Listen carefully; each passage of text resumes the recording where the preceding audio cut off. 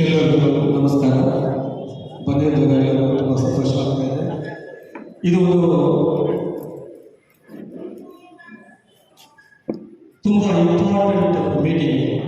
ಇಡೀ ಕರ್ನಾಟಕದಲ್ಲಿ ಮಾತ್ರ ಅಲ್ಲ, ಇಡೀ ಇಂಡಿಯಾದಲ್ಲಿ ಏನಾಗ್ತಾ ಇದೆ, ಯಾವುದಕ್ಕೋಸ್ಕರ ಈ ಕಾರ್ಯಕ್ರಮ ನಾವು ನಡೆಸಬೇಕು ಅಂತ ಒಬ್ಬೊಬ್ಬರು ಗೊತ್ತಿರ್ತದೆ. ಇವಾಗ SIR ಅಂತಿಲ್ಲ, ತಮಿಳು ಚಲೋ ಮ್ಯಾಕ್ಸಿಮಮ್ ತಮಿಳು ವಿಷಯ ஸ்பெஷல் இன்டென்சிவ் சயின்ஸ் ரிவிஷன் அப்படிங்கிற SIR அப்படின்னு வச்சுருக்காங்க. இந்த SIRன்ற விஷயத்தை வந்து கண்டிப்பாக ஒவ்வொருத்தரும் தெரிய வேண்டிய விஷயம் இது. இது ஆக்சுவலாக வந்து இந்த election commission use to conduct SIRs regularly in the states, in all states. 2004 கரெக்டாக கண்டக்ட் பண்ணியிருந்தாங்க. எதுக்காக அப்படின்ற விஷயம் உங்களுக்கு கண்டிப்பாக தெரிய வேண்டியது. 2004 மேல இஸ் நாட் கண்டக்ட். அந்த எலெக்ஷன் பிறகு கண்டக்ட் பண்ணல. எதுக்காக கண்டக்ட் பண்ணோம் அப்படின்றது தான் விஷயம். ஒரு ஸ்டேட்ல மினிமம் 50 lakhs ஓட்டு திடீர்னு இருக்காது. 70 lakhs வந்து தமிழ்நாட்டில் இல்லை. லாஸ்ட் டைம் எலெக்ஷன்ல 78 lakhs வந்து 73 lakhs தமிழ்நாட்டில் வந்து தமிழ்நாட்டில் ஓட்டர் லிஸ்ட்ல இருந்து தூக்கிட்டாங்க. அதுக்கு தான் இந்த programme we are going to conduct. இந்த கண்டக்ட் வந்து the article 324 326 of the Constitution of India, the section 21 of the Representative of this People Act is 1950. இந்த ஆக்ட் இருந்துச்சுன்னா we are safe. உன்னுடைய fake vote எல்லாத்தையும் ரிமூவ் பண்ணும். deleted vote 2 votes. அதுக்கு தான் இந்த ப்ரோக்ராம் SIR இந்த ப்ரோக்ராம் கண்டக்ட் பண்றதே வந்து கம்பல்சரி ஓட்டு கண்டக்ட். உங்களுடைய ஓட்டு லிஸ்ட் இருக்குதா இல்லையா, பூத் வைஸா கண்டக்ட் பண்றாங்களா இல்லையா, வீட்டுக்கு வந்து உங்களுடைய ஓட்டு இருக்கிறாங்க இல்லைன்னா we are ready to fight for that. யாருடைய ஒரு ஓட்டு இஸ் வெரி இம்பார்ட்டன்ட் இல்லையா. ஓட்டு வந்து கம்பல்சரி. ஒரு ஓட்டு கூட மிஸ் ஆகும். அப்பதான் genuinely we can choose the right person to rule our state. நம்ம ஸ்டேட்டை ரூல் பண்றதுக்கு ஒரு தகுதியான ஒரு பர்சனை சூஸ் பண்றதே வந்து you are real vote. அதோட correct they knows very well.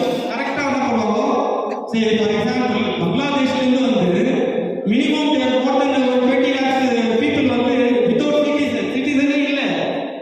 voter ID is there, Aadhaar card இருக்குது, ரேஷன் கார்டு இருக்குது, எல்லாமே இருக்குது. this is the act is very important. SIR அப்படின்ற இந்த ஸ்பெஷல் இன்டென்ஷன் ரிவிஷன் இருந்தாதான் வீட்டுக்கு வந்து கம்பல்சரியா உங்களுக்கு ஓட்டு லிஸ்ட்ல தெரியல இல்லையா, கண்டிப்பா இருக்கணும். ஒருத்தர் 2 ஓட்டு 3 ஓட்டு இந்த ஆக்ட் கரெக்டா ஆக்டிவேட் பண்ணினா 2004ல இருந்து it should not be happen. அதனால தான் இட்ஸ் வெரி இம்பார்ட்டன்ட். இந்த awareness government in our state proudly we are doing that.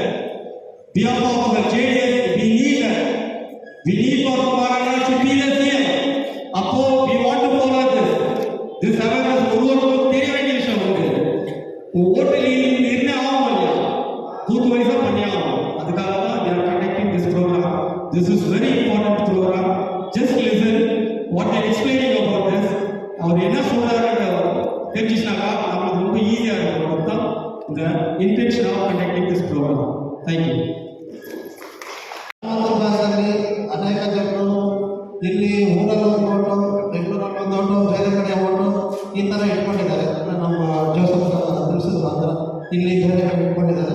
ಅದನ್ನೆಲ್ಲ ನಾವು ಸ್ವಲ್ಪ ಮನೆಗಳ ಊರಲ್ಲಿ ಬೇಡವನ್ನು ಇಟ್ಕೊಂಡು ಮನೆಗಳ ಹತ್ರ ಹೋಗಿ ಪರಿಷ್ಕಾರ ಮಾಡಿ ಅದು ಏನಿದೆ ತೊಂದರೆ ಏನಿದೆ ನೋಡಲಿಕ್ಕೆ ನಮಗೆ ಇರೋರು ಈ ಕಡೆಯಿಂದ ಬೇರೆ ಕಡೆ ಇರೋರು ಅದನ್ನು ಸ್ವಲ್ಪ ತಿಳ್ಕೊಂಡು ಅದು ಏನೋ ಅದು ಸಮಸ್ಯೆ ಇದೆ ಅದನ್ನು ಪರಿಷ್ಕಾರ ಮಾಡಿಕೊಂಡು ಇದು ಮಾಡಬೇಕಂತ ನಾನು ಬಯಸ್ತಾ ಇದ್ದೇನೆ.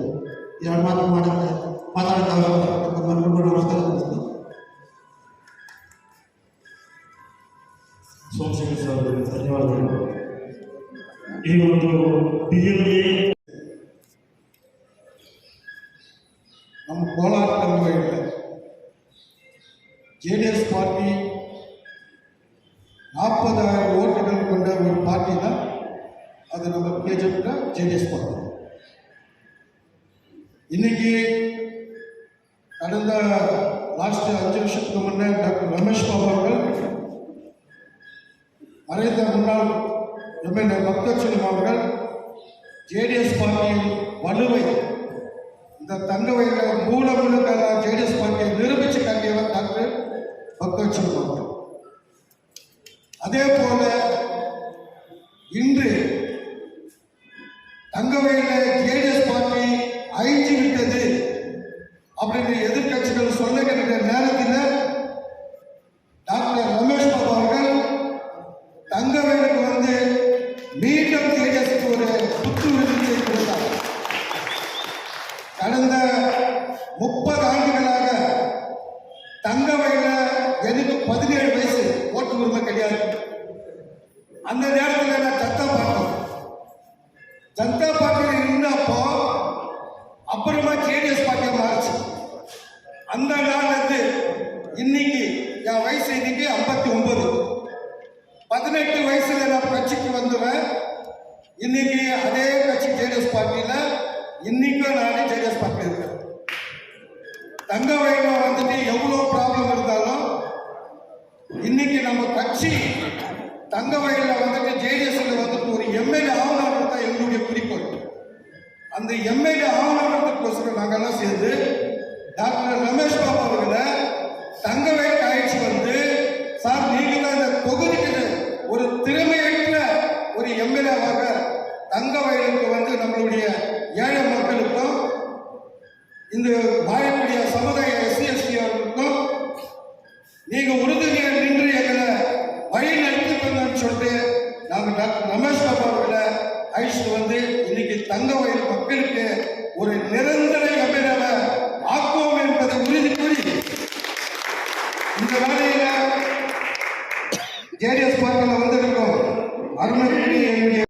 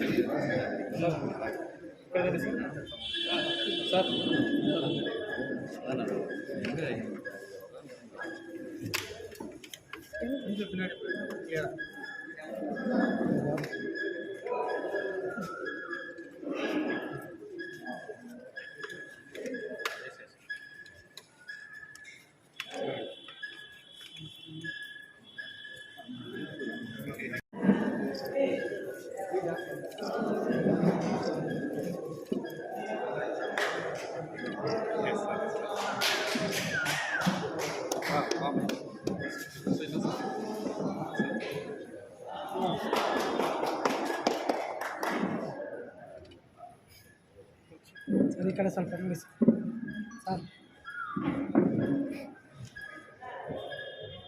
ತುಂಬ ಧನ್ಯವಾದಗಳು ರಮೇಶ್ ಅವರು ಎಲ್ಲರಿಗೂ. ಸೊ ಇಷ್ಟೊಂದು ನಾವು ತುಂಬ ತೊಂದರೆ ಕೊಟ್ಟಿದ್ದೀವಿ. ಸೊ ಎಲ್ಲರಿಗೂ ವಂದನೆಗಳು. ಏಜೆಂಟ್ಗಾಗಿ ಒಂದು ಪರಿಚಯಾತ್ಮಕ ಕಾರ್ಯಾಗಾರ ನಡೆಸತಕ್ಕದ್ದು. ಆಗಲೇ ಹೇಳಿದಾಗೆ ಈ ಏನ್ ಕಾರ್ಯಾಗಾರ ನಾವು ಮಾಡ್ತಾ ಇದ್ದೀವೋ ಅದೇ ಕಾರ್ಯಾಗಾರ ಅವರು ಮಾಡ್ತಾರೆ. ನೆಕ್ಸ್ಟ್ ನೋಡಿ, ಇದು ಬಹಳ ಇಂಪಾರ್ಟೆಂಟ್. ಮನೆಗೆ ಮತದಾರರನ್ನ ನೀವು ಐಡೆಂಟಿಫೈ ಮಾಡೋದಾಗ ಅವರೊಂದು ಮ್ಯಾಪಿಂಗ್ ಮಾಡಿ, ಆಲ್ರೆಡಿ ಮ್ಯಾಪಿಂಗ್ ಮಾಡ್ಕೊಂಡಿದ್ದಾರೆ. ಅವರು ಸ್ಕ್ರಿಪ್ಟ್ ರೆಡಿ ಮಾಡ್ಕೊಂಡಿರ್ತಾರೆ. ಫಾರ್ ಎಕ್ಸಾಂಪಲ್ ರಮೇಶ್ ಬಾಬು ಅವ್ರ ಮನೆಯಲ್ಲಿ ಅವ್ರ ವೈಫ್, ಅವ್ರ ಮಕ್ಕಳು, ಅವ್ರು ಅಷ್ಟು ಜನರು ಒಂದು ಪ್ರಿಂಟ್ಔಟ್ ತಗೊಂಡು ಕೊಟ್ಟಿರ್ತಾರೆ. ಪ್ರಿಂಟ್ಔಟ್ಗೆ ನೀವು ಫಿಲಪ್ ಮಾಡಿ ಅಲ್ಲಿ ಏನೋ ಕೇಳಿರ್ತಾರೆ, ಡೇಟ್ ಆಫ್ ಬರ್ತ್, ನಿಮ್ಗೆ ಯಾವುದೋ ಒಂದು ಆಧಾರ್ ಕಾರ್ಡ್ ನಂಬರು, ಡೀಟೇಲ್ಸ್ ಕೇಳ್ತಾರೆ. ಆ ಡೀಟೇಲ್ಸ್ ಫಿಲಪ್ ಮಾಡಿ ಅದನ್ನು ವಾಪಸ್ ಅವ್ರು ಕೊಡ್ಬೇಕು. 30 ದಿವಸ ಟೈಮ್ ಇರುತ್ತೆ. ಅದು ಅವ್ರ ಕೆಲಸ. ಕೊಟ್ಬಿಟ್ಟು ಹೋಗಿರ್ತಾರೆ. ನೀವು ಕೊಡದೆ ಇಟ್ಕೊಬೇಕು ಏನು ಇಟ್ಕೊಳ್ಳಿ, ಕೊಟ್ಟಿಲ್ಲ ಅಂತ ಆಕಸ್ಮಿಕವಾಗಿ ಡಿಲೀಟ್ ಆಗುತ್ತೆ. ಏನ್ ಮಾಡೋದು? ಅವರೇ ಅದಕ್ಕೇನೆ 30 ದಿವಸಗಳಿಗೆ ಕಂಪಲ್ಸರಿ ಕೊಡಲೇಬೇಕು, ತಪ್ಪಿಸ್ಕೊಳ್ಳೇಬಾರದು. ನಂಬರ್ 1. ನಂಬರ್ 2, ಡಿಲೀಟ್ ಆಗೋ ಕಾರಣ ಅಂತ ಯೋಚನೆ ಮಾಡ್ತಾರೆ.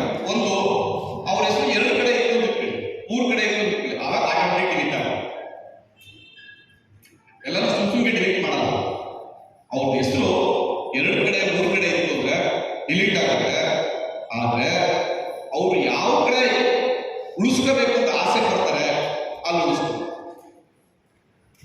ಚುನಾವಣಾ ಆಯೋಗದ ಮೂಲ ಉದ್ದೇಶ ಒಂದೇ, ಒಬ್ಬ ವ್ಯಕ್ತಿಗೆ ಒಂದೇ ಮತ, ಒಬ್ಬ ವ್ಯಕ್ತಿಗೆ ಒಂದೇ ಮತ. ನೀವೆಲ್ಲರೂ ಹಾಕಿ ಈ ಭಾರತ ದೇಶದ ಯಾವುದೇ ಮೂಲೆಯಲ್ಲಾದರೂ ನೀವು ಮತವನ್ನು ಚಲಾವಣೆ ಮಾಡಿ, ಆದ್ರೆ ಒಂದು ಪಟ್ಟಿಯಲ್ಲಿ ಹೆಸರಿರಬೇಕು ಮತ್ತು ಒಂದೇ ಮತವನ್ನು ಹಾಕ್ಲಿಕ್ಕೆ ಮಾತ್ರ ಸಾಧ್ಯ. ಅದು ಅದರ ಮೂಲ ಉದ್ದೇಶ. ಹೊಸ ಮತಗಟ್ಟೆಗಳ ಅಗತ್ಯ ನಿರ್ಣಯಿಸಿದ ಕೂಡಲೇ ಮತದಾರ ನೋಂದಣಿಗಾಗಿ ಹೆಚ್ಚುವರಿ ಮತಗಟ್ಟೆಗಳ ಅಗತ್ಯತೆಯನ್ನು ಜಿಲ್ಲಾಧಿಕಾರಿಗೆ ತಿಳಿಸಬೇಕು. ಮತಗಟ್ಟೆಗಳು 1200ಕ್ಕಿಂತ ಜಾಸ್ತಿ ಹೆಚ್ಚು ಮಾಡಬೇಕು. 1200ಕ್ಕಿಂತ ಆ ಊರಲ್ಲಿ ಆ ಮತಗಟ್ಟೆಗಳ ಸಂಖ್ಯೆ ಜಾಸ್ತಿ ಇತ್ತು, ಇನ್ನೊಂದು ಮತಗಟ್ಟೆ ಮಾಡಬೇಕು ಅಂದ್ರೆ ಅದನ್ನ ಜಿಲ್ಲಾ ಚುನಾವಣಾಧಿಕಾರಿಗಳ ಪರ್ಮಿಷನ್ ತಗೊಂಡು ಅವರು ಮತಗಟ್ಟೆ ಸ್ಥಾಪನೆ ಮಾಡಬೇಕು. ಜನತಾ ಪ್ರತಿನಿಧಿ ಅದನ್ನು ಬೇಕಾಗಿಲ್ಲ. ನೆಕ್ಸ್ಟ್, ಗಣತಿ ಸಮಯದಲ್ಲಿ ಯಾವುದೇ ಮನೆಗೆ ಬೀಗ ಹೆಚ್ಚು ನಿಂತು ಬನ್ನಿ.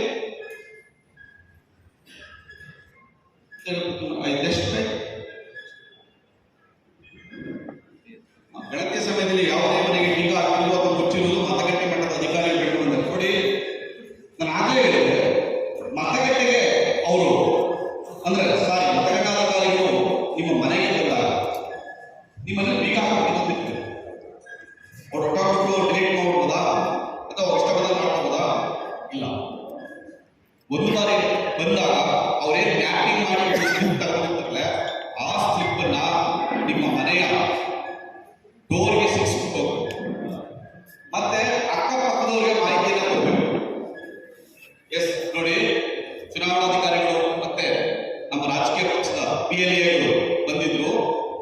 ಸೊ ನೀವು ಸ್ಲಿಪ್ ನ ಕೊಟ್ಟಿದ್ದೀವಿ, ಈ ಸ್ಲಿಪ್ ಅಲ್ಲಿ ಏನಾದರೂ ಬದಲಾವಣೆ ಇದ್ರೆ ಬದಲಾವಣೆ ಮಾಡಿ, ಚೇಂಜಸ್ ಇದ್ರೆ ಏನಾದರೂ ಚೇಂಜಸ್ ಇದ್ರೆ ಹೇಳಿ, ಅಥವಾ ಈ ಫಾರ್ಮ್ ಫಿಲಪ್ ಮಾಡಿ ಕೊಡಿ ಅಂತ ಮಾಹಿತಿಯನ್ನ ಆ ಮನೆಯವರಿಗೆ ತಿಳಿಸ್ತಕ್ಕಂಥ ಜವಾಬ್ದಾರಿ PLOಗಳಿಗೆ ಇರುತ್ತೆ. ಅದು ಒಂದ್ಸರಿ ಅವ್ರ ಮನೆಗೆ ಹೋಗ್ಬಿಟ್ರೆ ಆಗಲ್ಲ, 3 ಬಾರಿ ಹೋಗ್ಬೇಕು. ಬೀಗ ಹಾಕೋದಿದ್ರೆ ಆ ಇಲ್ಲ, ಅವ್ರನ್ನ ಪತ್ತೆ ಹಚ್ಚುವ ಕೆಲಸ PLOಗಳು ಮಾಡಿಯೇ ತಿರ್ಬೇಕು. ಮತ್ತೆ PLA ನೀವು ಯಾರು PLAಗಳನ್ನ ಅಪಾಯಿಂಟ್ ಮಾಡಿದ್ರು ರಾಜಕೀಯ ಪಕ್ಷಗಳಿಂದ, ಅವರು ಅವರಿಗೆ ಅಸಿಸ್ಟ್ ಮಾಡ್ತಕ್ಕಂಥ, ಅವರಿಗೆ ಮಾಹಿತಿಯನ್ನು ಕೊಡ್ತಕ್ಕಂಥ, ಎಸ್ ಈ ಮನೆಯವರು ಇಲ್ಲ ಈ ಊರೇ ಖಾಲಿ ಮಾಡಿದ್ದಾರೆ, ಇಲ್ಲ ಈ ಮನೆಯವರು ಕೆಲಸಕ್ಕೆ ಹೋಗಿದ್ದಾರೆ ಬೆಂಗಳೂರಿಗೆ, ಇಲ್ಲ ಈ ಮನೆಯವರು ಯಾರೋ ಹೋಗಿದ್ದಾರೆ ಬರ್ತಾರೆ ಅವರು ತಿಳಿಸ್ತೀವಿ, ಇಂಥದ್ದು ಮಾಹಿತಿಯನ್ನ ತಿಳಿಸ್ತಕ್ಕಂತಹ ಸಹಾಯ ಮಾಡ್ತಕ್ಕಂಥ ಕೆಲಸವನ್ನ PLA ಚುನಾವಣಾ ಅಧಿಕಾರಿಗಳು ಇನ್ನೇನು ನಾವೇ ಮಾಡಿದ್ವಿ. ಬೂತ್ ಲೆವೆಲ್ ಆಫೀಸರ್ಸ್ ಅಂತ ನೀವು ಆ ಕೆಲಸವನ್ನ ಬೂತ್ ಲೆವೆಲ್ ಆಫೀಸರ್ಸ್ಗೆ ನೀವು ಚುನಾವಣೆ ಅಸಿಸ್ಟ್ ಮಾಡೋದ್ರ ಮೂಲಕ ಅವರಿಗೆ ಮಾಹಿತಿಯನ್ನ ಕೊಡಬೇಕು. ಮತದಾರರ ಭರ್ತಿ ಮಾಡಿದ ಗಣತಿಯ ಪ್ರತಿಯನ್ನು ಸಂಗ್ರಹಿಸುವ ಮತಗಟ್ಟೆ ಮಟ್ಟದ ಅಧಿಕಾರಿಗಳು ಮತ್ತೊಮ್ಮೆ ಪ್ರತಿಯೊಂದು ಮನೆಗೆ ಭೇಟಿ ನೀಡತಕ್ಕದ್ದು. ಮತಗಟ್ಟದ ಅಧಿಕಾರಿಗಳು ಪಡೆದ ಅಗತ್ಯ ದಾಖಲೆಗಳಿಗೆ ಗಣತಿ ನಮೂನೆಯ ಒಂದು ಪ್ರತಿಯನ್ನು ತನ್ನ ಬಳಿ ಇಟ್ಟುಕೊಳ್ಳತಕ್ಕದ್ದು ಮತ್ತು ಅರ್ಜಿದಾರನೇ ಇಟ್ಟುಕೊಳ್ಳುವ ಗಣತಿ ನಮೂನೆಯ ಮತ್ತೊಂದು ಪ್ರತಿಯ ಮೇಲೆ ನಮೂನೆಯನ್ನು ದಾಖಲೆಯನ್ನು ಸ್ವೀಕರಿಸಿ ಅದಕ್ಕೆ ಸ್ವೀಕೃತಿಯನ್ನು ಕೊಡತಕ್ಕದ್ದು. ಮತ್ತೆ ನಿಮ್ಮ ಹತ್ರ ಏನು ಫಾರಂ ಇಸ್ಕೋತಾರೆ ಫಿಲಪ್ ಮಾಡೋ ಫಾರಂ, ಆ ಫಾರಂಗೆ ವಾಪಸ್ಸು ಅವರು ಒಂದು ಫಾರಂ ತಗೊಂಡು ಒಂದು ಜೆರಾಕ್ಸ್ ಪ್ರತಿಯನ್ನು ಕೊಟ್ಟು ಇದ್ರಲ್ಲಿ ಮೋಸ ಎಲ್ಲ ಆಗುತ್ತೆ. ರಾಹುಲ್ ಗಾಂಧಿ ಅವರು ಮಮತಾ ಬ್ಯಾನರ್ಜಿ ಗಲಾಟೆ ಮಾಡಿ ಎಸ್ ಇದರಲ್ಲಿ ಒಂದು ದೊಡ್ಡ ಮಟ್ಟದ ಸ್ಕ್ಯಾಮ್ ಆಗ್ತಾ ಇದೆ, ವೋಟ್ ಚೋರಿ ಇದೆಲ್ಲ ಮಾತಾಡ್ತಾರೆ. ಇದನ್ನು ಯಾಕೆ ಸಾಧ್ಯ? ಈಗ ನಿಮ್ಮ ಮನೆಗೆ ಬಂದು ನಿಮ್ಮ ಮನೆಯಲ್ಲಿ ಮಾಹಿತಿಯನ್ನು ಕೊಡಬೇಕು, ನಿಮ್ಮ ಮನೆಯವರು ನಿಮಗೆ ಒಂದು ಅಪ್ಲಿಕೇಶನ್ ಕೊಟ್ಟು ಆ ಅಪ್ಲಿಕೇಶನ್ ಎಲ್ಲ ಫಿಲಪ್ ಮಾಡಿಸ್ಕೊಂಡು ನಿಮಗೆ ಮಾಹಿತಿನ ಕೊಟ್ಟು ಹೋಗ್ತದೆ, ಯಾಕೆ ಚೀಟ್ ಮಾಡಕ್ ಸಾಧ್ಯ? ಸಾಧ್ಯನೇ ಇಲ್ಲ. Next page.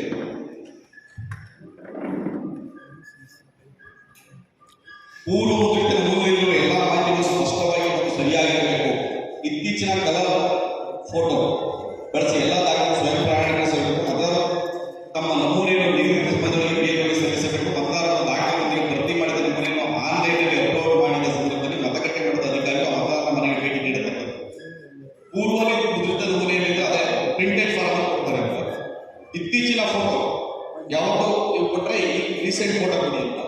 ಇನ್ನೊಂದು ಲಾಸ್ಟ್ ನಿಮ್ಗೆ ಗೊತ್ತು, ಇದು 30 ದಿವಸ ಒಳಗಡೆ ಬರೋದು ನಮೂನೆಯನ್ನು.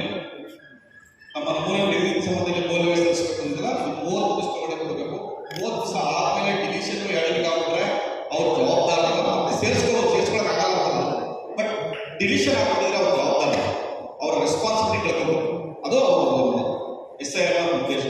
ಇದೇನಪ್ಪ ಅಂದ್ರೆ ಆನ್ಲೈನ್ ಯಾರು ಅಪ್ಲಿಕೇಶನ್ ಹಾಕಿರ್ತಾರೆ, ಯಾರೋ ಕುತ್ಕೊಂಡು ಬೆಂಗಳೂರಿಗೆ ಸಾಫ್ಟ್ವೇರ್ KGF ರೀತಿಯಲ್ಲಿ ವಾಸ ಆಗಿದೆ ಅಂತ ಆಗ್ತದೆ. ಏನ್ ಮಾಡೋದಲ್ಲ ಮಾಡ್ಕೊಳ್ಳೇಬೇಕು. ಆನ್ಲೈನ್ ಬಂದಿದೆ. ಅದಕ್ಕೆ ಚುನಾವಣಾಧಿಕಾರಿ ಇಲ್ಲಿ ಇರ್ತಾರಲ್ಲ, ಯಾವ್ದೋ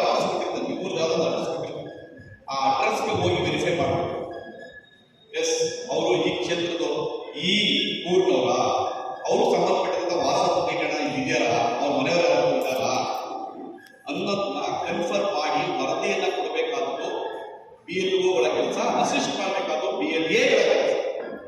ಸರಿನಾ? ನೆಕ್ಸ್ಟ್ ಇದೊಂದು ಫಾರ್ಮ್ಯಾಟ್ ಕೊಟ್ಟಿದ್ದಾರೆ ನೋಡಿ. ಇಲ್ಲಿ ಫೋಟೋ, ಇನ್ನೊಂದು ಫೋಟೋ ಕೊಡ್ತಾರೆ, ಇನ್ನೊಂದು ಫೋಟೋ ಕೊಡ್ತಾರೆ, ಕಾಣಿಸ್ತಾ ಇಲ್ಲ. ಆ ಬುಕ್ಕನ್ನು ಕಳಿಸ್ಕೊಡ್ತೀನಿ, ಮಿಸ್ ಆಗಿದೆ. ಏನಪ್ಪ ಇದು ಅಂದ್ರೆ ನೋಡಿ, ಫೋಟೋ ನೋಡಿ. ನಂದೇ ನಾನು ಸಿಂಗಾಪುರ್ಗೆ ಹೋಗ್ಬೇಕಾದ್ರೆ ನನ್ನ ಏರ್ಪೋರ್ಟ್ ಅಲ್ಲಿ ಕರೆದು ಹಿಡಿದು ಕೇಳಿದ್ರು, ಸರ್ ಈ ಫೋಟೋ ಟ್ಯಾಲಿ ಆಗ್ತಿಲ್ಲ ಯಾಕೆ? ನೀವೆಲ್ಲರೂ ಮತದಾರರ ಪಟ್ಟಿಗೆ ಫೋಟೋ ತೆಗೆಸ್ಕೊಂಡಿದ್ದು 2003 2004 ಅವಾಗ ತಾನೇ ಬಂದು ಡಿಜಿಟಲ್ ಇತ್ತು, ಅವಾಗ ನೀವೆಲ್ಲ ಫೋಟೋ ತೆಗೆಸ್ಕೊಂಡ್ರಿ. ಅದಾದ್ಮೇಲೆ ಹಳೆ ಫೋಟೋನೇ ಇದೆ. ಇವಾಗ ಚೇಂಜಸ್ ತುಂಬಾ 25 ವರ್ಷ ಆಗಿದೆ. 25 ವರ್ಷದಲ್ಲಿ ತುಂಬಾ ಬದಲಾವಣೆ ಆಗಿದೆ. ಅವಾಗಿನ ಫೋಟೋ ಇವಾಗಿನ ಫೋಟೋ ತುಂಬಾ ವ್ಯತ್ಯಾಸ ಆಗಿದೆ. ಈಗ ಚುನಾವಣಾಧಿಕಾರಿಗಳಿಗೆ ಮನೆ ಭಾಗ ಬರ್ತಾ ಇದೆ, ಚೇಂಜಸ್ ಮಾಡ್ತಾರೆ. ಹಳೆ ಫೋಟೋ ತೆಗೆದು ಹೊಸ ಫೋಟೋ ಕೊಟ್ಟರೆ ಆಗ್ತದೆ. ಫಾರ್ ಎಕ್ಸಾಂಪಲ್ ನಿಮ್ದು ನನ್ನ ಹೆಸರು ಪ್ರದೀಪ್ ಕುಮಾರ್, ರಮೇಶ್ ಬಾಬು ಸರ್ ಹೆಸರು ತಗೊಳ್ಳಿ. ಅವ್ರ ಹೆಸರು ರಮೇಶ್ ಬಾಬು ಪೂರ್ತಿ ಹೆಸರು. ಅವ್ರು ಮಿಸ್ ಆಗಿ ರಮೇಶ್ ಅಂತ ಹಾಕ್ಬಿಡ್ತಾರೆ, ಬಾಬು ಮಿಸ್ ಆಗುತ್ತೆ, ಬದಲಾವಣೆ ಮಾಡಿ. ಅಥವಾ ಅವ್ರ ಫಾದರ್ ಹೆಸರು ಏನೋ ಇರ್ತದೆ, ರಾಮಲಿಂಗೇಗೌಡ ಅಂತ ಬಂದ್ಬಿಟ್ಟು ರಾಮಲಿಂಗಯ್ಯ ಅಂತ ಬಂದ್ಬಿಟ್ಟು ಫಾದರ್ ಹೆಸರು, ವಯಸ್ಸು ಬದಲಾವಣೆ ಮಾಡಿ. ಮೊದಲಾಗಿ ನೀವು ಬದಲಾವಣೆ ಮಾಡ್ಕೊಳಕ್ಕೆ ಅವ್ರ ಹತ್ರ ಅರ್ಜಿ ಹಾಕ್ಬೇಕಾಯ್ತು. ನೀವು ಅವ್ರು ಯಾವ ಹತ್ರ ಎಲೆಕ್ಷನ್ ಆಫೀಸರ್ ಕಾಯ್ಕೊಂಡಿದ್ದು, ನೀವು ಅವ್ರ ಹತ್ರ ಹೋಗಿ ಅವ್ರ ಬರೋ ದಿವಸ ಕಾಯ್ಕೊಂಡು ಫೋಟೋ ತೆಗೆಸಿ ಎಲ್ಲ ಮಾಡಿ. ಈಗ ಅವರೇ ಮನೆ ಮಾಡಿ ಬರ್ತಾ ಇದ್ದಾರೆ. ಎಲ್ಲ ದಾಖಲಾತಿಗಳನ್ನ, ಎಲ್ಲ ಮೆಟೀರಿಯಲ್ಸ್ ಇಟ್ಕೊಂಡು ನೀವು ಮನೆ ಬರ್ತಾ ಇದ್ದಾರೆ. ನೀವು ಹೇಳಿದ್ರೆ ಮಾಡ್ಕೊಡ್ತಾರೆ ಪರಿಷ್ಕರಣೆ. ಅಭ್ಯರ್ಥಿಯು ನನ್ನ ಆತ್ಮೀಯರು ಆದಂಥ ಡಾಕ್ಟರ್ ರಮೇಶ್ ಬಾಬು ಅವರೇ, ತಾಲೂಕು JDS ಅಧ್ಯಕ್ಷರೇ, ನನ್ನ ಆತ್ಮೀಯರು, ಮಿತ್ರರು, ಸ್ಪೋರ್ಟ್ಸ್ ಪರ್ಸನ್ ಸಹ ಆದಂಥ ಮಹೇಶ್ ಅವರೇ, ನಮ್ಮ ಪಕ್ಷದ ಯುವಕರ ಅಧ್ಯಕ್ಷರೇ, ಬೇರೆ ಬೇರೆ ಮಹಿಳಾ ಘಟಕದ ಅಧ್ಯಕ್ಷರೇ, ಹೆಸರು ಗೊತ್ತಿಲ್ಲ ದಯಮಾಡಿ ತಪ್ಪಿಕೊಳ್ಳಿ. ನಮ್ಮ ಪಕ್ಷದ ಎಲ್ಲ ಮುಖಂಡರುಗಳೇ, ಕಾರ್ಯಕರ್ತರು, ನೀವೆಲ್ಲರೂ ಇವತ್ತು ಪೇಪರ್ ನೋಡಿದ್ರೆ ಯಾರಾದ್ರೂ ಪ್ರಜಾವಾಣಿ ಪೇಪರ್ ಯಾರಾದ್ರೂ ಓದಿದ್ದೀರಾ? ಪ್ರಜಾವಾಣಿ ಪೇಪರ್ ಯಾರಾದ್ರೂ ಓದಿದ್ರೆ ಯಾರು ಓದಿಲ್ಲ? ಪ್ರಜಾವಾಣಿ ಪೇಪರ್ನಲ್ಲಿ ಇವತ್ತು ವಿಶೇಷವಾಗಿ ಈ ಬಗ್ಗೆನೇ ಮಾಹಿತಿ ಕೊಟ್ಟಿದೆ. ಇದ್ರ ಬಗ್ಗೆನೇ ಮಾಹಿತಿಯನ್ನು ಕೊಟ್ಟಿದೆ. ಅಂದ್ರೆ ಇಡೀ ದೇಶದಲ್ಲಿ 2,30,00,000 ಮತದಾರರನ್ನ ಡಿಲೀಟ್ ಮಾಡಿದೆ. ಈ ಬಗ್ಗೆ ವಿಶೇಷವಾದಂಥ ವರದಿಯನ್ನು ಪ್ರಜಾವಾಣಿ ಪತ್ರಿಕೆಯಲ್ಲಿ ಪ್ರಕಟವಾಗಿದೆ. ಈ SIR ಪ್ರಾರಂಭ ಇನ್ನೂ ಆಗಿಲ್ಲ ಕರ್ನಾಟಕದಲ್ಲಿ. ಅದು ಮಾರ್ಚ್ ಕೊನೆಯ ಹಂತದಲ್ಲಿ ಅಥವಾ ಪ್ರಾರಂಭ ಆಗುತ್ತೆ ಎನ್ನುವ ಮಾಹಿತಿ ಸಿಕ್ಕಿದೆ. SIR ಅಂತಂದ್ರೆ ಏನಪ್ಪಾ ಅಂತಂದ್ರೆ, ಮೊದಲನೇದಾಗಿ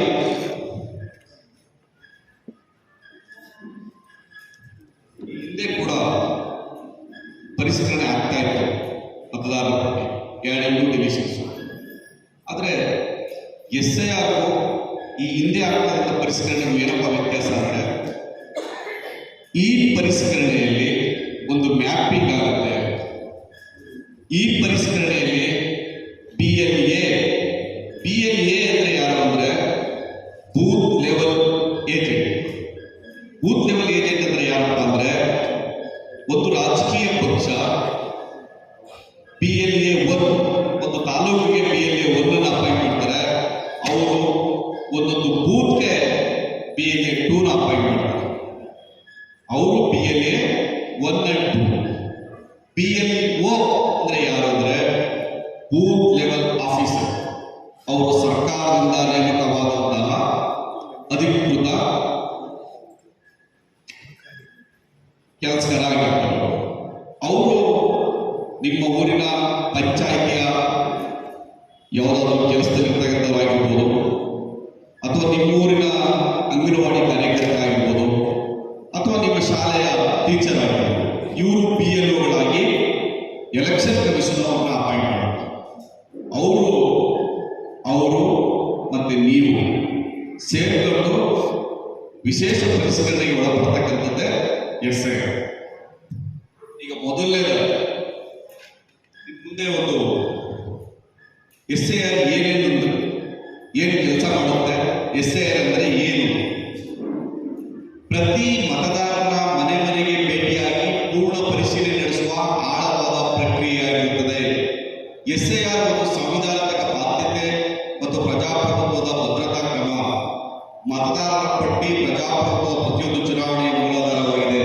ಪಟ್ಟಿಯು ನಿಜವಾದ ಅರ್ಹ ನಾಗರಿಕರನ್ನು ಪ್ರತಿಬಿಂಬಿಸುವಂತೆ ಹಾಗೂ ಅನರ್ಹ, ಮೃತ ಅಥವಾ ನಕಲಿ ಹೆಸರುಗಳನ್ನು ತೆಗೆದುಹಾಕುವಂತೆ ಖಚಿತಪಡಿಸುತ್ತದೆ. ಚುನಾವಣಾ ಆಯೋಗವು 2004ರವರೆಗೆ ನಿಯಮಿತವಾಗಿ SIR ಅನ್ನು ರಾಜ್ಯದಲ್ಲಿ ನಡೆಸುತ್ತಿತ್ತು. 2004 ನಂತರ ಯಾವುದೇ SIR ನಡೆಸಲಾಗಿಲ್ಲ. ಭಾರತದ ಸಂವಿಧಾನದ ವಿಧಿಗಳು 324 ಮತ್ತು 326 ಜನಪ್ರತಿನಿಧಿ ಅಧಿನಿಯಮ 1950ರ ವಿಭಾಗ 21ರ ಅನ್ವಯ ಚುನಾವಣಾ ಆಯೋಗವು ವಿಶೇಷ ಸಮಗ್ರ ಪರಿಷ್ಕರಣೆ ನಡೆಸಲು ಆದೇಶಿಸಿದೆ. ನೋಡಿ, ಈ ವಿಶೇಷ ಸಮಗ್ರ SIR ಮಾಡಲ್ಲ, ಇದು ರಾಜ್ಯ ಚುನಾವಣಾ ಆಯೋಗ ಮಾಡಲ್ಲ, ಇದು ಕೇಂದ್ರ ಚುನಾವಣಾ ಆಯೋಗ ನಡೆಸಿಕೊಡುತ್ತೆ. ಕೇಂದ್ರ ಚುನಾವಣಾ ಆಯೋಗದ ಅಡಿಯಲ್ಲಿ ರಾಜ್ಯ ಚುನಾವಣಾ ಆಯೋಗ ಈ ಮತ ಪರಿಷ್ಕರಣೆಯನ್ನು ಮಾಡುತ್ತೆ. ಆ ಮತ ಪರಿಷ್ಕರಣೆ ಮಾಡುವಾಗ ಆಳವಾದ ಪರಿಶೀಲನೆ, ನಕಲು, ಅನರ್ಹ, ಮೃತ ಇವುಗಳನ್ನು ತೆಗೆದುಹಾಕತಕ್ಕಂಥದ್ದು, ನಿಜವಾದ ಅರ್ಹ ಮತದಾರರನ್ನ ಸೇರ್ಪಡೆಗೊಳಿಸಿದ ಇದರ ಮೂಲ ಉದ್ದೇಶ. ನೆಕ್ಸ್ಟ್ SIR ನಲ್ಲಿ ಈ 5 ಅಂಶಗಳನ್ನು ಇಟ್ಕೊಂಡು, ಮೊದಲನೇದು ಪಟ್ಟಿಯ ಶುದ್ಧೀಕರಣ. ಅಂದ್ರೆ ಪಟ್ಟಿಯ ಶುದ್ಧೀಕರಣ ಯಾಕೆ ಮಾಡಬೇಕು ಅಂತಂದ್ರೆ, ನೋಡಿ, ನಗರ ಪ್ರದೇಶಗಳಲ್ಲಿ ಯಾರಾದರೂ ಸತ್ತೋದ್ರೆ ಅಥವಾ ಈ ಏರಿಯಾ ಇನ್ನೊಂದಿಗೆ ಶಿಫ್ಟ್ ಆದ್ರೆ ಯಾರು ಮಾಹಿತಿ ಕೊಡೋದಿಲ್ಲ. ಹಳ್ಳಿನಲ್ಲಿ ಆಗುತ್ತೆ. ಹಳ್ಳಿನಲ್ಲಿ ಇಂಥದ್ದು ಸತ್ತೋಗಿದ್ರೆ ಅಂತಲೂ ಹೇಳ್ತಾರೆ, ನಮ್ಮ ಮನೆ ಖಾಲಿ ಮಾಡಿದ್ದಾರೆ ಅಂತಲೂ ಹೇಳ್ತಾರೆ. ಆದರೆ ನಗರ ಪ್ರದೇಶಗಳಲ್ಲಿ ಯಾರಾದರೂ ಸತ್ತೋದ್ರೆ ಅಥವಾ ಈ ವಾರ್ಡಿಂದ ಇನ್ನೊಂದು ವಾರ್ಡ್ಗೆ ಶಿಫ್ಟ್ ಆದ್ರೆ ಅಥವಾ ಈ ಊರಿಂದ ಇನ್ನೊಂದು ಊರಿಗೆ ಶಿಫ್ಟ್ ಆದ್ರೆ ಅಥವಾ ಈ ತಾಲೂಕಿಂದ ಇನ್ನೊಂದು ತಾಲೂಕು ಶಿಫ್ಟ್ ಆದ್ರೆ ಅಥವಾ ಬೆಂಗಳೂರಿಗೆ ಹೊರಟೋದ್ರೆ, ತಮಿಳುನಾಡಿಗೆ ಹೊರಟೋದ್ರೆ ಅಥವಾ ಆಂಧ್ರಕ್ಕೆ ಹೊರಟೋದ್ರೆ ಮಾಹಿತಿ ಕೊಡೋರು ಯಾರು? ಅದಕ್ಕೋಸ್ಕರನೇ ಪಟ್ಟಿಯ ಶುದ್ಧೀಕರಣ ಮೊದಲನೇದ ಅದರ ಧ್ಯೇಯ. ಅರ್ಹ ನಾಗರಿಕರನ್ನು ಪಟ್ಟಿಯಲ್ಲಿ ಒಳಗಿಸುವುದು. ಯಾರು 18 ವರ್ಷ ಕಂಪ್ಲೀಟ್ ಆಗಿದೆ ಅವರನ್ನ ಪಟ್ಟಿಯಲ್ಲಿ ಸೇರ್ಪಡೆಗೊಳಿಸತಕ್ಕಂಥದ್ದು. 18 ವರ್ಷ ಮುಗಿದದೇ ಇದ್ರೆ ಅವರು ಮತದಾರರ ಪಟ್ಟಿಯಲ್ಲಿ ನೋಂದಾಯಿಸಿಕೊಳ್ಬೇಕು, ಅವರು ಮತದಾರರಾಗಬೇಕು. ಈ ಪ್ರಜಾಪ್ರಭುತ್ವ ವ್ಯವಸ್ಥೆಯಲ್ಲಿ ಮತವನ್ನು ಹಾಕಲಿಕ್ಕೆ, ಮತವನ್ನು ಚಲಾಯಿಸಲಿಕ್ಕೆ ಅವನು ಮತಗಟ್ಟೆಗೆ ಬರಬೇಕು. ಹಾಗಾಗಿ ಅರ್ಹ ಮತದಾರರನ್ನ ಪಟ್ಟಿಯಲ್ಲಿ ಒಳಗೊಂಡಿಸುವುದು. ವಂಚನೆಯನ್ನು ತಡೆಯುವುದು. ವಂಚನೆಯನ್ನು ತಡೆಯುವುದು ನಿಮಗೆ ಬಹಳ ಇಂಪಾರ್ಟೆಂಟ್. ಯಾಕೆ ಅಂತಂದ್ರೆ ಇದು ಪಕ್ಕದ ಆಂಧ್ರ, ತಮಿಳುನಾಡು, ಕರ್ನಾಟಕ ಬಾರ್ಡರ್ ಪ್ರದೇಶ. ಇದರಲ್ಲಿ ಕೆಲವು ವೋಟರ್ಸ್ಗಳು ತಮಿಳುನಾಡಲ್ಲೂ ಇರ್ಬೋದು, ಇಲ್ಲೂ ಇರ್ಬೋದು. ಕೆಲವು ವೋಟರ್ಸ್ ಆಂಧ್ರದಲ್ಲೂ ಇರ್ಬೋದು, ಇಲ್ಲೂ ಇರ್ಬೋದು. ಕೆಲವು ವೋಟರ್ಸ್ ಇಲ್ಲೂ ಇದ್ದು ಬೆಂಗಳೂರಿಗೂ ಇರ್ಬೋದು. ಕೆಲವು ವೋಟರ್ಸ್ ಇಲ್ಲೂ ಇದ್ದು ಕೋಲಾರದಲ್ಲೂ ಇರ್ಬೋದು. ಈ ತರ 2 ಕಡೆ 3 ಕಡೆ ರಾಜ್ಯದ ಯಾವುದೇ ಮೂಲೆಯಲ್ಲಿ ಅಥವಾ ಈ ದೇಶದ ಯಾವುದೇ ಮೂಲೆಯಲ್ಲಿ ಅವನ ಹೆಸರು ಇದ್ರೆ ಮ್ಯಾಪಿಂಗ್ ಮೂಲಕ ಪತ್ತೆ ಇರ್ತಾರೆ.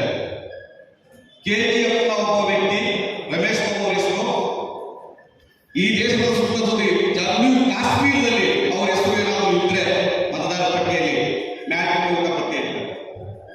ಅವರು ಮ್ಯಾಪಿಂಗ್ ಮಾಡಿದಾಗ ರಮೇಶ್ ಬಾಬು ಅವರ ಹೆಸರು ಜಮ್ಮು ಕಾಶ್ಮೀರದಲ್ಲಿ ಗೊತ್ತಾಗುತ್ತೆ.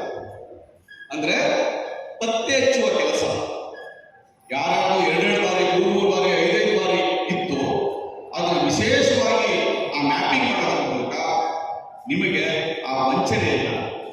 2 ಬಾರಿ 3 ಬಾರಿ ಪಕ್ಕದ ರಾಜ್ಯದಲ್ಲಿ, ನಗರ ಪ್ರದೇಶದ ಇನ್ನೊಂದು ರಾಜ್ಯದಲ್ಲಿ ಇರ್ತಕ್ಕಂಥ ಮತದಾರರನ್ನ ಪರಿಷ್ಕರಿಸಿ ತೆಗೆದಾಕ್ತಾರೆ. ವಿಶ್ವಾಸಾರ್ಹತೆಯನ್ನು ಬಲಪಡಿಸುವುದು. ನೋಡಿ, ನೀವು ರಾಹುಲ್ ಗಾಂಧಿ ಅವರು ಸ್ಟೇಟ್ಮೆಂಟ್ ಕೊಟ್ಟರು ಈಗ ಕಳೆದ 1-1.5-2 ತಿಂಗಳಿಂದ ಮತದಾರರ ಪಟ್ಟಿಯಲ್ಲಿ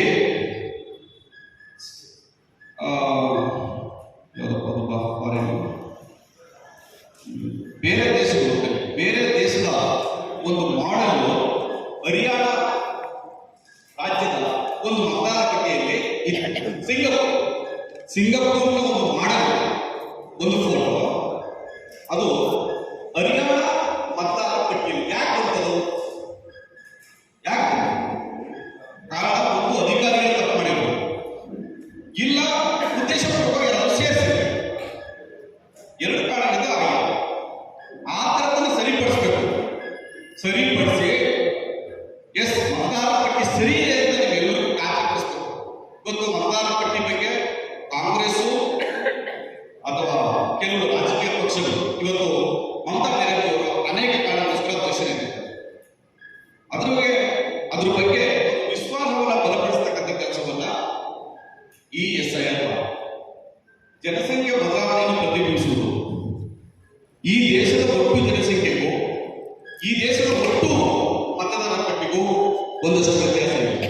ಕಾರಣ ಏನಪ್ಪ ಅಂದ್ರೆ ಒಬ್ಬ ವ್ಯಕ್ತಿ 3-4 ಕಡೆ ಇರ್ತಕ್ಕಂಥದ್ದು, ಸತ್ತು ಹೋದವರನ್ನ ತೆಗೆದಾಕ್ತಿರ್ತಕ್ಕಂಥದ್ದು, ಬೇರೆ ದೇಶದಿಂದ ಬಾಂಗ್ಲಾದೇಶದಿಂದ ಬಂದಿರತಕ್ಕಂಥ ವಲಸಿಗರ ಸೇರ್ಪಡೆ ಇರಬಹುದು, ಶ್ರೀಲಂಕಾ ದೇಶದಿಂದ ಬಂದು ದೇಶದಲ್ಲಿ ಸೇರ್ಪಡೆ ಆಗಿರಬಹುದು, ಹೀಗೆ ಬೇರೆ ಬೇರೆ ದೇಶದ ನಗಲು ಕೂಡ ಇಲ್ಲಿ ಸೇರಿಕೊಂಡಿರೋದ್ರಿಂದ ಜನಸಂಖ್ಯೆ ಅನುಗುಣವಾಗಿ ತಾಳೆ ಆಗ್ತಾರೆ. ಅದನ್ನು ಸರಿಪಡಿಸ್ತಕ್ಕಂಥ ಕೆಲಸವನ್ನ ಈ SIR ಮಾಡುತ್ತೆ. ನೆಕ್ಸ್ಟ್ ನೋಡಿ, ಇದು ಒಂದು ಮಾಡೆಲ್ ಕೊಟ್ಟಿದ್ದಾರೆ. SIR ಮಾಡಿದಾಗ ಬೇರೆ ಬೇರೆ ರಾಜ್ಯಗಳಲ್ಲಿ SIR ಮಾಡಿದ್ದಾರೆ. ಬಿಹಾರ, ಪಶ್ಚಿಮ ಬಂಗಾಳ, ರಾಜಸ್ಥಾನ, ತಮಿಳುನಾಡು, ಗುಜರಾತ್ ಇಷ್ಟು ರಾಜ್ಯಗಳಲ್ಲಿ ಆಲ್ರೆಡಿ SIR ಆಗಿದೆ. ಒಟ್ಟು ಮತದಾರರ ಸಂಖ್ಯೆ ಬಿಹಾರದಲ್ಲಿ ಇದ್ದಂತ ಮತದಾರರ ಸಂಖ್ಯೆ 7,79,00,000. SIR ಮಾಡಿದ್ರಲ್ಲ, ಅದಾದ ನಂತರ ತೆಗೆದಾಕಿದ ಮತದಾರರ ಸಂಖ್ಯೆ 47 ಲಕ್ಷ. ಇದರಲ್ಲಿ 47 ಲಕ್ಷ ಡಿಲೀಟ್ ಆಗಿದೆ. ಒಟ್ಟು ಮತದಾರರ ಸಂಖ್ಯೆ ನಾವೇ ಲೆಕ್ಕ ಹಾಕಿದಾಗ ಅಂದಾಜು ಒಂದು ವಿಧಾನಸಭಾ ಕ್ಷೇತ್ರಕ್ಕೆ 19,344 ಡಿಲೀಟ್ ಆಗುತ್ತೆ. ಹಾಗೆ ಪಶ್ಚಿಮ ಬಂಗಾಳದಲ್ಲಿ 7,66,00,000 ಇತ್ತು, 58 ಲಕ್ಷ ಡಿಲೀಟ್ ಆದವು. 19,802 ಮತದಾರರು ಅವರೇ ಡಿಲೀಟ್ ಆಗಿದೆ. ಹಾಗೆ ರಾಜಸ್ಥಾನದಲ್ಲಿ 5,46,00,000 ಇತ್ತು, 41 ಲಕ್ಷ ಡಿಲೀಟ್ ಆದವು. ಅವರೇ ಒಂದು ಕ್ಷೇತ್ರಕ್ಕೆ ಒಂದು ವಿಧಾನಸಭೆಗೆ 20,924 ಡಿಲೀಟ್ ಆದವು. ನೋಡಿ, ತಮಿಳುನಾಡು ಪಕ್ಕದ ರಾಜ್ಯ ಬಹಳ ವಿಶೇಷವಾಗಿ ಗಮನಿಸಿ, 6,41,00,000 ಇತ್ತು ಇಲ್ಲಿ ಮತದಾರರು, 97 ಲಕ್ಷ ಡಿಲೀಟ್ ಆಗಿದ್ದಾರೆ. ಅಂದ್ರೆ ಯಾಕಾಯ್ತು ಅಂದ್ರೆ ಈ ರಾಜ್ಯಕ್ಕೆ ಶ್ರೀಲಂಕಾ ಇನ್ಫ್ಲೂಯೆನ್ಸ್ ಇತ್ತು. ಶ್ರೀಲಂಕಾದಲ್ಲಿ ತುಂಬಾ ಜನ ಅಲ್ಲಿ ಬಾರ್ಡರ್ ಬಂದಿದ್ರು, ಅವರ ಇನ್ಫ್ಲೂಯೆನ್ಸ್ ಇತ್ತು. ಹಾಗಾಗಿ ತುಂಬಾ ಜನ ಇಲ್ಲಿ ಡಿಲೀಟ್ ಆದ್ರು. ಹಾಗಾಗಿ ಒಂದು ಕ್ಷೇತ್ರಕ್ಕೆ ಆಡಿಟ್ ಅವರಿಗೂ 41,614 ಜನ ಮತದಾರರು ಒಂದು ವಿಧಾನಸಭಾ ಕ್ಷೇತ್ರಕ್ಕೆ ಡಿಲೀಟ್ ಆದ್ರು. ಹಾಗೆ ಗುಜರಾತ್ ಕೂಡ 5,08,00,000 ಇದ್ರು, 73 ಲಕ್ಷ ಡಿಲೀಟ್ ಆದ್ರು. ಅವರೆರಡು 28,495 ಜನ ಒಂದು ವಿಧಾನಸಭಾ ಕ್ಷೇತ್ರಕ್ಕೆ ಡಿಲೀಟ್ ಆದ್ರು. ಹಾಗೆ KGFಗೆ ಬರಬೇಕು. ಇದನ್ನ ಇಟ್ಕೊಂಡು ನೀವು KGF ಗಮನಿಸಿದ್ರೆ ಆನೆ ನಾವು ನನಗನ್ಸುತ್ತೆ 41,000 ಡಿಲೀಟ್ ಆಗೋ ಸಾಧ್ಯತೆ ಇದೆ. ಕಾರಣ ಇಲ್ಲಿಯ ಮತದಾರರು ಆಂಧ್ರ, ತಮಿಳುನಾಡು ಬಾರ್ಡರ್ಗೆ ಹೊಂದಿಕೊಂಡಾಗ ಎರಡು ಕಡೆ ಯಾರು ಮತದಾರರನ್ನ ಇಟ್ಕೊಂಡಿದ್ದಾರೆ, ಎರಡು ಕಡೆ 3 ಕಡೆ ಮತ್ತು ಬೆಂಗಳೂರು ಮತ್ತು ಬೇರೆ ಬೇರೆ ದೇಶದ ಬೇರೆ ಬೇರೆ ಕಡೆ ಯಾರು ಉಳಿಸ್ಕೊಂಡಿದ್ದಾರೆ ಅಂತ ಮತದಾರರ ಪರಿಷ್ಕರಣೆ ಮ್ಯಾಪಿಂಗ್ ಮಾಡಿದಾಗ ಅಷ್ಟು ಮತದಾರರ ಸಂಖ್ಯೆ ಈಗಿನ ಸಂಖ್ಯೆಯಲ್ಲಿ ಕಡಿಮೆ ಆಗುತ್ತೆ. ಆದರೆ ನನ್ನ ಪ್ರಕಾರ 40,000 ಖಂಡಿತ ಈ ಕ್ಷೇತ್ರದಲ್ಲಿ ಡಿಲೀಟ್ ಆಗುತ್ತೆ. ಅದು ನಿಮಗೆ ಗಮನಕ್ಕೆ. ನೆಕ್ಸ್ಟ್ ಕೇಳಿಸ್ತಿದ್ಯಾ? ಅರ್ಥ ಆಗ್ತಿದ್ಯಾ? ನೋಡಿ, ಇದೊಂದು ನಮ್ಮ ಕರ್ನಾಟಕದಲ್ಲಿ ಎಷ್ಟು ಜನ ಮತದಾರರಿದ್ದಾರೆ ಅಂತ. ಅವರೇನು ನಮ್ಮ ಒಟ್ಟು ಮತದಾರರ ಸಂಖ್ಯೆ 5,57,08,565. ಅದರಲ್ಲಿ ಮಹಿಳೆಯರು, ಪುರುಷರು, ಪ್ರಥಮ ಬಾರಿಗೆ ಓಟ್ ಹಾಕುವಂತವರು 8 ಲಕ್ಷ ಸೇರಿತು, ವಿಕಲಚೇತನರು. ಒಟ್ಟು ಮತಗಟ್ಟೆಗಳು 52,930. Next page. ಇದೊಂದು ನಮ್ದು ಎಷ್ಟು ಅಂತ, ನಮ್ಮ ರಾಜ್ಯದ ಎಷ್ಟಿದೆ ಅಂತ. ನೆಕ್ಸ್ಟ್ ಪೇಜ್ ನೋಡಿ. ಇದಕ್ಕೆ ನೆಕ್ಸ್ಟ್ ಇಲ್ಲ, ಹಿಂದೆ ಬನ್ನಿ.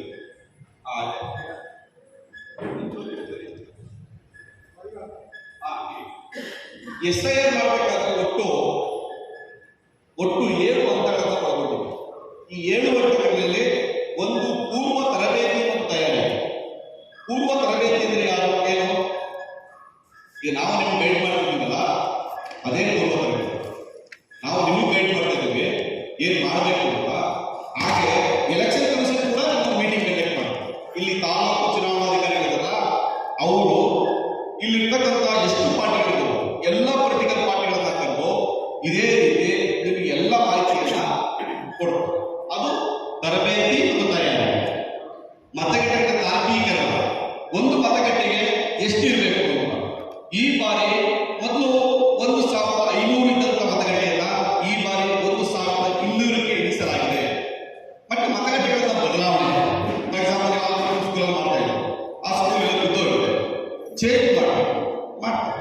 ಅಥವಾ ಇನ್ನೊಂದು ಇಲ್ಲಿ ಸಮಸ್ಯೆ ಆಗ್ತದೆ, ಇನ್ನೊಂದು ಬೇರೆ ಕಡೆ ಚೇಂಜ್ ಮಾಡ್ತಾರೆ. ಮತಗಟ್ಟೆಗಳನ್ನ ತಾರ್ಕಿಕರಣ, ಮನೆ ಹೇಳಿಕೆ.